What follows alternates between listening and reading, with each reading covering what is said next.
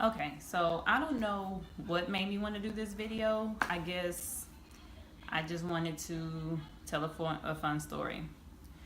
Okay, so maybe about, I'm 32 now. So when I was about 20, I had my own apartment and I was working at this truck stop with some of my good friends. So anyway, I was working at the truck stop and I would primarily work like the later end of the shift, like the night shift basically. I would get off like maybe about 11 o'clock at night. I didn't have a car then, but I was really proud of myself. I was 20 years old. I had my own place. I was paying my own bills. I was able to do all the extracurricular things that I wanted to do at the time or whatever. So I thought I was just like grown, maybe 21 at the most, but definitely 20 or 21. So I had this friend that I had been knowing since high school. Let's just say that this guy was a street pharmacist. He didn't have a legitimate 9 to 5. He didn't have a 2 to 10. He didn't have an overnight shift. He did have an overnight shift. He had a all shift. Whenever they call, he gave them what they needed. So anyway, let's just say that the dude was a drug dealer. That's basically what he was. Now, what he sold, I can't say to this day, but I'm pretty sure it wasn't weed. So I remember calling him. He was like really, really dependable. I had been knowing him since I was a freshman. So I had been knowing him for maybe about 7 years at this time. And I remember getting off of work and I didn't live far from my job. Sometimes I would take a taxi and the taxi would be like $5. So anyway, I remember calling him and I think I was stuck at work. I was probably being too cheap at the time to call a taxi. So he was like, yeah, I'm gonna come and pick you up. I live 5 minutes from my job, literally. So, I don't know how long it took him to get there or whatever, but he picks me up and he drives like a Chrysler something at the time. So anyway, he doesn't take me home. He takes me like to the other side of town where I was staying at the time. And we used to kick it and hang out or whatever. I don't know, like me just thinking about who I was then. I was just young. I didn't really feel like anything was a threat to me at that time. Like the things he did to me at that time were not a threat. And we came from like the suburbs of Houston. It's a small town, but it's not small enough. It's probably maybe about 70,000 people now out there. So it's small, but it's not that small. Everybody knows everybody out there. So anyway, he's driving and he's like, I gotta go hit some licks or whatever. Hit some licks.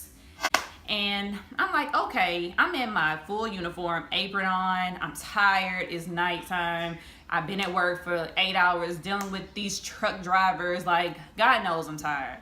But anyway, so he is driving and he sees, we're on the other side of town now at this time, and he sees like a police officer like pull out from the side, like a side street, and it was a Taco Bell to our right. So he like drives in through the Taco Bell thinking that he's outsmarting the cops, and he's like, he ordered a fake drink. Like he ordered a drink, and then when he pulled up to the window to pay, he didn't pay. He just drove off. So we went somewhere else, and I can't remember if that was the first cop we saw or just as we were driving we saw another cop. So this Taco Bell that we were by, my mom stayed in some condos on this side of town that we ended up on. And I was like, I started at that point to get nervous. I was like, look, if this is going to take too long, I just want to get home. Go ahead and just drop me off by my mom's and I'll just find a way home from there. And as we're pulling in, like I said, I know we saw at least 2 cops that night. Like it just started becoming like an eerie feeling that these weren't accidental cops we were seeing, because like I said, it's from a small town, outside of Houston. None of this is like normal. So anyway, we soon, like, we're passing my mom's town condos, and soon as we turn in, because I'm just like, take me to my mom's, like I'm nervous at this point, I'm scared. Soon as we pull into the condos, the cop is behind us and he has turned his sirens on. So all of a sudden he gets nervous and he's like trying to pull the radio face off and pull like the console part. I don't even know what it's called, but he was trying to pull that off. and he's trying to stash the drugs in there. And I guess he couldn't get it off, so he tries to hand it to me, and I'm like, oh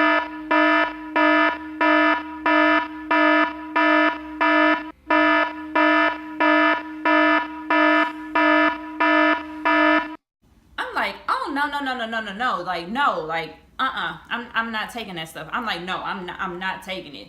So all I know is he puts the car in park, he opens up the door, and he bolts. He's gone. He's Usain Bolt. He's gone.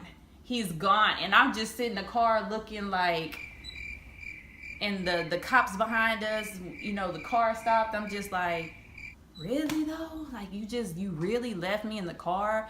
He took off running. It's dead of night. I don't know where he went, what direction he went in. All I know is that he was gone. So the cops, you know, they take me out the car. They handcuff me. I'm sitting on the curb. I'm in my mom's condos. Her condo is like right there. I can see it.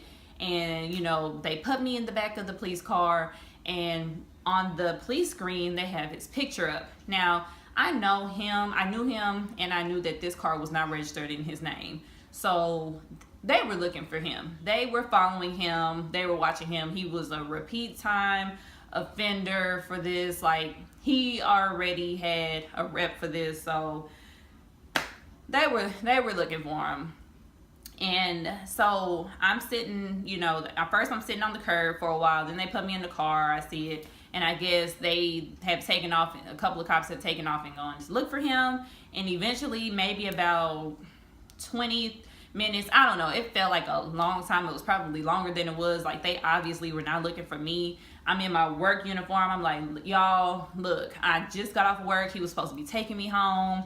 This is a friend of mine. You know, I don't know anything about anything. So eventually they let me go. I go to my mom's. Everybody sleep. I call one of my ex-boyfriends that I dated in high school, the only guy I dated in high school, and he came, he picked me up, and he took me home. And literally the next day, we had, like I said, we from small town, we got a lot of friends, and we all grew up together. He sent 2 of his friends to my apartment the next day to see if I was home or if he was gonna need to put up the money and come and bail me out. He did this from jail. So of course he got me into this whole mess, this stuff that I just, crazy night that, like, I didn't have anything to do with. I didn't even know it was gonna happen. But now, being a grown woman, a mother at that, I'm like, that could have went really bad really easily. And, you know, I'm older now, I'm more mature. I know the things that you do and you don't do in situations. But I was 20, you know, and I had liked him at that time, so I was just like, whatever. But he did send somebody to my house. He sent 2 guys to my house, 2 friends of ours to my apartment to see if they needed to come and bail me out. I was fine, but, you know, just is what it is. That's my crazy story. And eventually, like years later, we met up and we had a lunch and we discussed that. And to this day, we're still friends. He's turned over a new leaf. I'm very proud of him. He's doing very well. So, you know, people are not their past. They're not their circumstances. Things happen. People change, you know, just is what it is. It's part of life. And I don't know.